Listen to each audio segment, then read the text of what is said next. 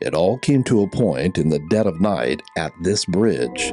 It was in February of 2012 when a woman found herself in a stalled car right smack dab in the middle of the bridge.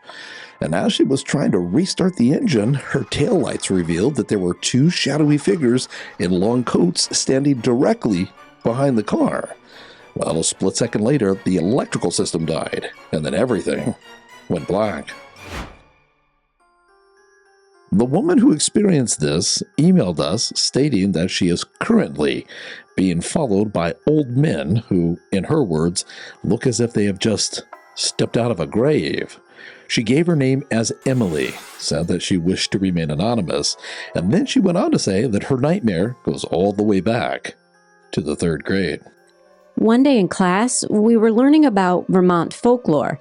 As the teacher was talking, I noticed movement near the front of the classroom. I looked up and saw a man standing in the doorway.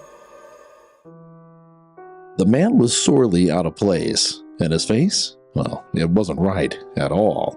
It was pale, and his expression was empty, as if nothingness were behind his eyes, which themselves were milky white, glossed over with something. At first, Emily thought that maybe he was a janitor, or maybe a faculty member, or even one of the other students' grandfather. But it was odd, because no one acknowledged him. The teacher didn't react to him at all. The other students didn't even glance up. No one spoke to him, and he never reacted with anyone else either. He just stood there, watching Emily. Every time I looked at him, he was looking directly back at me. His eyes were strange, milky, almost like he was partially blind. His clothes stood out too. The man wore very peculiar clothing, a white shirt with a long heavy black coat over the top of it. It came down to his knees. His pants were thick and brown, and both his coat sleeves and his pant legs were a bit too short. Then the teacher said something I'll never forget. "We have a little folklore here in Stowe," she had said, "and interestingly, it has the same name as one of our students. It's known as Emily's Bridge." The moment the teacher said that, the old man's expression changed. He smiled, but it was not a normal smile. No, it was unearthly, a knowing smile. And it was directed at Emily, as if she were supposed to remember something important, but she didn't. Then he tapped his wrist, as if pointing out the time, trying to get me to look at the clock. So I did. It was 2:17. She didn't know why, the significance of it, but she felt that for some reason it mattered. 2:17. There was something about that time. Well, as the teacher continued her lesson, the man held that evil grin. And when the teacher reached the part in the story where, in the 1800s, a young woman named Emily drove her horse and buggy off of the road and fell to her death, this man's smile seemed to get just that much more intense. And then he raised his hand and he pointed at Emily.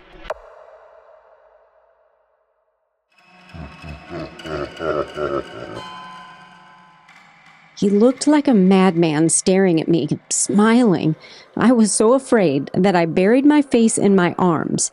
When I finally looked up, he was gone.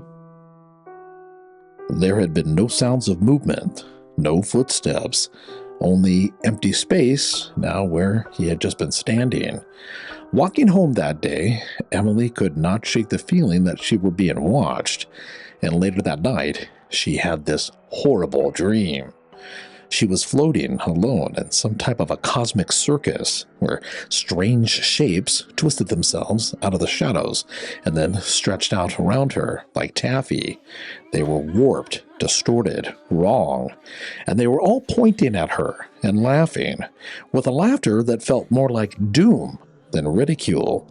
When she woke up, shaking and drenched in sweat, she looked over at the clock, and the time was 2:17. Well, from that moment forward, Emily was never the same. She was hesitant, fearful, feeling like she were being watched constantly. And it really is a shame, because in her email, she said that she had been the bravest little girl. She was born in Stowe, Vermont in 1980, and her father left when she was 3. And instead of pushing her inward, perhaps that made her resilient, because at just 5 years old, she was bravely rocketing down steep snowy slopes on a sled by herself. She said that she just loved the outdoors and was fearless. Her and her mother lived with her grandparents while she grew up, and she lived pretty much a normal life. That is, until that incident in the 3rd grade. After that, her fearlessness evaporated. From that day on, anytime someone would call me Emily, I'd remember that moment in the classroom, and it terrified me. So I started going by my middle name. Emily did not want to give us her full name. Instead, she said that her middle initial was E. She also said that after that experience, she's never truly felt alone. When I'm with family and friends, I feel normal. But when I'm by myself, there is always the sense of something else being there. As she got older, she continued to see them, these old men that resembled the one from her classroom, peculiar, off, and looking as though they were only half alive, always staring at her with an empty gaze from glossed-over, milky eyes, always standing at a distance, but close enough for her to know that they were indeed real. Well, when Emily entered high school, her family was hit with a tragedy. Her grandfather was diagnosed with dementia. By the time that she was 17, his condition had progressed to the point where the family had to move him to the Burlington Nursing Home in Burlington. The very first time that her mother brought her to the facility to see her grandfather, the visit was terrifying. Welcome to Velarcana. Here, we share mysteries that often defy explanation. I research the cases, and my husband tells the stories. There's a different feeling in nursing homes, and if one's not used to it, it can be unnerving. Perhaps it's the fact that everyone there is on their way out, getting ready to leave this world and head to the next one. Death kind of lingers in the halls. There's this different texture in the air. But I think that that was only part of what Emily was feeling when she walked in. I think that deep down inside, she was wondering whether or not the next corner was going to reveal an old man with milky eyes. It didn't. As my mother and I entered the building, I felt overwhelmed with anxiety. The presence of so many elderly people unsettled me in a way I couldn't explain. But when I finally saw my grandfather, the anxiety disappeared. My grandmother had dementia, and it was very difficult on me. One moment, she would be the loving, caring grandmother that I remembered, and the next, she would become someone else entirely. So I can only imagine what this next moment must have been like for Emily. As she walked into the room and she saw her grandfather, her anxiety completely vanished. And as she sat and they talked, she could see the same caring man that she had loved and remembered shining through his eyes. They were strong and reassuring, and in that moment, she felt safe. But then, things changed. A few moments after her mother left the room to use the restroom, her grandfather stopped right in the middle of a sentence, and his eyes eerily became milky white. He looked older somehow, and his gaze changed completely. Then he spoke, but what came out wasn't her grandfather's voice. No, not at all. It was deeper and all wrong. You know too much. You all know too much. You have crossed the line, and you know it. What did that mean? He didn't just say, "You know too much," implying that whatever this was only about Emily. No, he added, "You all know too much." So who is that exactly? Emily and her friends? The whole human race? Well, if so, what is it that we're all supposed to know? Well, that was enough. Emily ran out of the room and she almost slammed into her mother as she did.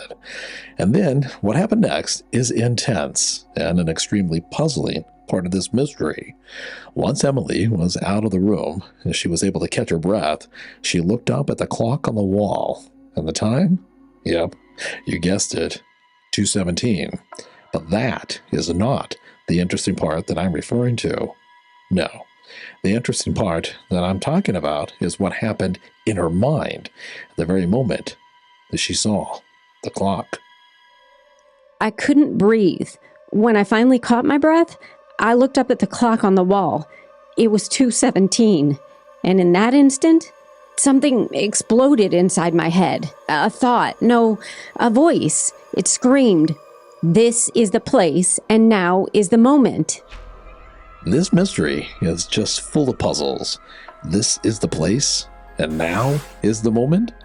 Well, Emily had no idea what that meant, and at the time that she emailed us, she still had no idea what that meant. And I don't believe that even now she has any idea.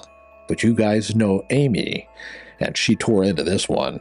She looked at this thing from every angle, upside down and backwards, and I promise you, you're going to want to stick around until I share what she discovered, because it is a head-scratcher, for sure, and it kind of blew my mind. Well, Emily ran to the car. She got inside and wished that she had keys so that she could crank up the radio. Her mother came out and begged her to come back in, but she just couldn't. After that, time went on, and Emily graduated high school, then college. She became a mother of 3 and then started working as a waitress. And on the surface, she lived what looked like to be just another ordinary life, and no one had any idea of what her day-to-day was like. It was very different than those around her, because those old men, were still out there, watching her. Occasionally, she would catch a glimpse of one of them in the distance, only for him to vanish around a corner or step through a doorway out of her view. Sometimes, when she would be greeted by an elderly man, for just a split second, she would see it in his eyes, that milky recognition, and then she would be gripped with fear. And a moment later, he would somehow transform, appearing to be just like any other ordinary stranger. Well, this went on for a while, and these old men, they always stayed in the background. That is, until the night that she crossed Emily's bridge. It was Friday, February 17th, 2017, when these old men decided to come out of the shadows and confront Emily. I know, right? Did you catch that? 2017, 217? Well, Emily had just finished a late shift at work, and she was driving home, and her route was going to take her over the Goldbrook covered bridge, Emily's bridge, the one she had learned about in the 3rd grade. Well, as she approached it, she noticed the time. It was 2:17 a.m., and at that moment, the realization hit her that she was about to cross Emily's bridge at exactly 2:17. And that was just too much. So in her anxiety, not really thinking about it, she reflexively let up on the gas pedal. And then for some reason, the car stalled. And then it slowly came to a stop right there in the middle of the bridge. As I tried to restart the car, I looked in the rearview mirror. There were 2 shapes behind me, very tall, wearing long, stiff trench coats. Intense, right? Well, a moment after she saw these strange shadowy figures behind her, the car's electrical system died. The headlights, the radio, everything switched off, leaving her in complete darkness. Well, everything switched off, that is, except for the dashboard clock. For some reason, it continued to glow this eerie glow, and strangely, it never changed. It still read 2:17. I don't know how. I'm sure a minute or more had passed.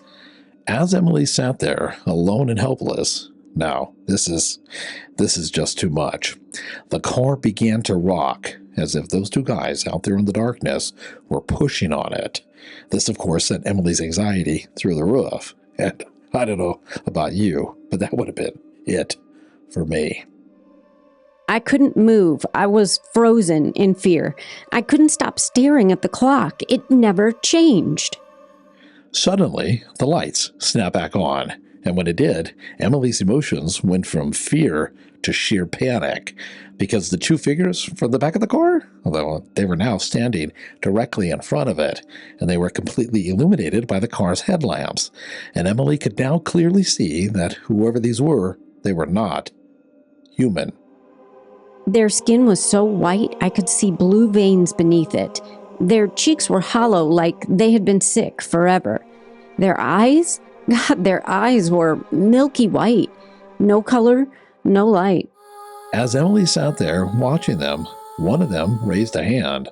Its fingers were far too long and bony with no fingernails. It pointed directly at her, just like that old man had done years ago when she was in the 3rd grade. And at that moment, another thought exploded into her head. Again, "You know too much," it said. And then, as her mind was racing, puzzling, trying to make sense of any of this, the bridge shook as if it had been hit by a truck. I thought I was going to die. I screamed and covered my face. And when I looked up, they were gone. Emily cranked the ignition, and the car started. As she floored it, it drove straight home. When she got there, she locked all of the doors, checked all of the windows, and then she curled up into a ball on her bed and started crying. But she didn't get a wink of sleep that night. Emily ended her email asking her viewers for help.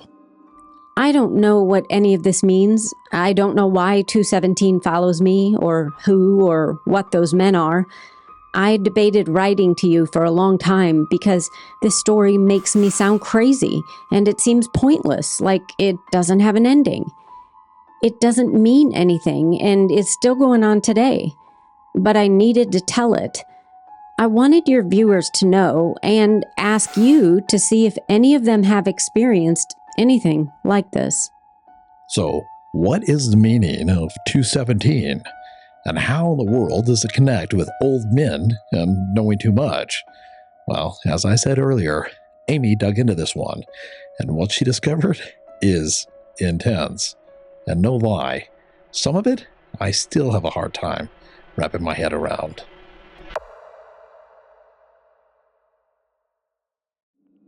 After we received this email, Amy went to work looking into every aspect of it. Now, I'm sure that you know that there is a real bridge in Stowe, Vermont, officially named Goldbrook Covered Bridge, and it is commonly referred to as Emily's Bridge. It was built in 1844, and for well over a century, locals have whispered the same legend. A young woman named Emily died there under bizarre circumstances in the 1800s. Visitors often report hearing strange noises at the bridge. Voices and other unnatural sounds. Unexplainable scratches appear on cars as they pass the bridge, and many people report a feeling of being watched while they're there. Of course, none of that proves that Emily's story is true, but it does establish something important. If there's any validity to her story, well then, Emily's childhood encounter did not happen in a vacuum. No, it happened at a place that was already steeped in story, expectation, and folklore. Well, next, Amy looked into that nursing home. Emily said that her grandfather was taken to Burlington Nursing Home in Burlington when she was 17. But there was no Burlington Nursing Home in Burlington at that time. There was, however, another facility with a similar name. It was called Burlington Health and Rehabilitation Center, and it was a long-term residential care facility that would have been equipped to treat dementia patients. Patients' records, of course, were inaccessible, protected by privacy laws, so there was no way that we could verify if her grandfather actually stayed there. And even if we could have, we wouldn't have shared the details on this video, as Emily has asked to remain anonymous, and we respect that. But Amy did discover something else. She discovered that a larger company, a company called Genesis Healthcare, owned the facility at the time. So Amy did a quick Google search on the word Genesis. Obviously, there was the general definition and then the biblical reference. And then there were a couple of interesting things in modern history. First, there was that amazing rock group, Genesis, with the lead singer Phil Collins. NASA had a mission called Genesis, which collected solar particles and a means to try to study the origins of the solar system. And then, interestingly, she found a reference that had something to do with computers. Now, this all ties into some very crazy speculation that I'm going to get into in just a minute, and it's pretty intense. So stay with me, and it'll all come together, and it'll give you a glimpse into how my crazy mind works. In the early 1960s, IBM launched Project Genesis. Many people say that that laid the groundwork for modern computing. Remember that. Well, next, Amy dug into the number 217. In numerology, 217 is often looked at as a moment of transition when something hidden crosses into awareness. And this is where things begin to converge in a very interesting way, because at this point, Amy thought about that nursing home again, and she remembered that when Emily had had her profound moment there, she was inside of the nursing home, which at the time was owned by Genesis. And the moment that Emily had had her experience was exactly 217. So Emily was in Genesis at 217. And Amy wondered what it might say in the Book of Genesis at 217.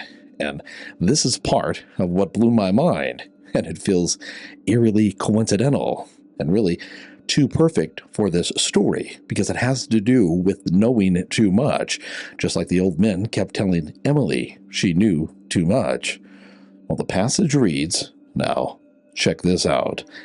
You must not eat from the tree of knowledge of good and evil, for when you eat from it, you will certainly die. Remember when Emily's grandfather said, you know too much? And then he said, you all know too much? Well, was he talking about all of us? Once Amy brought this to me, I remembered something else.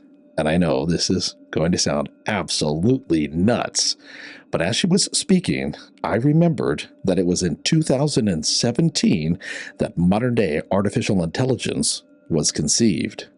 A paper titled Attention is All You Need, written by 8 Google Brain researchers, kicked off the race for the large language models that we all use today. ChatGPT, Gemini, Grok. Many AI experts, very smart people, really believe, that this will be the end of the entire human race. The coincidences in this mystery are pretty insane, but then again, hopefully saner minds prevail, right? Personally, I believe that these are just all coincidences. They have to be, right? Because the alternative is just too insane. It's just too scary. It's unbelievable. And I have a very difficult time thinking that, half-dead old men with milky eyes are trying to warn a random woman like Emily that everyone's death is imminent. Why Emily? Why not someone in the computer world? Someone who might possibly be able to make a difference. Pull the plug, maybe. Shut the damn beast down. Thinking about this logically, human memory isn't a recording device. Right? Childhood fear can imprint itself deeply, shaping how later experiences are interpreted. The mind is exceptionally good at finding patterns, especially when trauma is involved. A frightening story learned in childhood about a bridge with your name on it, where someone with your name died. A loved one's illness, your grandfather, an old man with dementia who tells you that you know too much. A stressful job, a late-night drive over that same notorious bridge. If you layer enough of these together, skeptics would say that this story begins to feel inevitable. A personal fabrication of a young woman's fragile mind. But then again, to be fair, skepticism does have its limits, right? Because coincidences don't usually line up this perfectly. Emily didn't seek out this bridge. No, she learned about it in school, and she did so right when she saw that strange old man standing in the doorway. And she didn't choose the number 217. It appeared without warning, at moments of heightened awareness, a classroom lesson, a hospital corridor, a lonely bridge late at night in the dark. And she didn't invent the message either. You know too much. No, the first time that she heard that, it was spoken by her grandfather in the nursing home. Crossing bridges, knowing too much, 217, Genesis, that passage stating that knowing too much means certain death. Those are all some insane coincidences, and in many belief systems, religious, mythological, and even philosophical, there is a recurring idea, and that is that knowledge can be dangerous, that some truths are not meant to be uncovered too early, or sometimes not at all. The experts in psychology would probably say that all of these things can wrap themselves around the subconscious mind and then taint the way that someone sees the world. And that's probably true. But then again, and this is kind of spooky when you really think about it, Emily didn't come up with all of this information. No, she just told us her story. It was Amy who did the research and found all of these seemingly spooky coincidental pieces of the puzzle. That kind of blows my mind. I guess every generation crosses lines, though, right? The previous generation warned them not to cross. Humanity is constantly opening doors without fully understanding what waits for it on the other side. But most of the time, nothing dangerous really ever happens. By the way, thinking of these old men as watchers of forbidden knowledge, did you know that there is another ancient text that actually speaks of this exact same thing? Watchers of forbidden knowledge, and it's even connected to the Book of Genesis, but it is not in the Book of Genesis, nor is it even in the Bible. If you know of this ancient text that I'm speaking of, where it comes from, lock it into your head, and in exactly 50 seconds from right now, Amy is going to come on and she's going to share the answer. I guess in the end, Emily's story really just boils down to the feeling that one has stepped somewhere that he or she most certainly shouldn't have. But then again, the human race is a curious race, isn't it? And ignorance, well, it's not protection. Sticking one's head in the sand is not the best idea. It's just another kind of milky-eyed blindness, right? But then again, if knowledge truly does come with a cost, then maybe the most dangerous moment isn't when something reveals itself to us and says, "You've crossed the line." But rather, maybe the most dangerous moment is when we realize that we never should have looked in the first place. About 2,300 years ago, a collection of writings were first starting to come together. We now refer to them as the Book of Enoch. The book is connected to Genesis by relating Enoch to Noah as being his great-grandfather. The story is about Enoch getting tours of heaven and hell, chatting with angels, and warning about end times. It's divided into 5 main parts: the Watchers, parables, heavenly journeys, dreams, and epistles. The Watchers had knowledge that humans didn't and were not supposed to have. According to the text, their role was to observe humanity, but they violated that role by teaching humans this forbidden knowledge, which included astronomy, metallurgy, weapon making, medicine, and other secrets considered too dangerous or premature. Because of this, the Watchers were punished, and humanity suffered the consequences of knowledge it was never supposed to receive. The Book of Enoch's central warning is simple and unsettling. Some knowledge comes with a cost. If you like videos about the mysterious, click one of the choices on this page.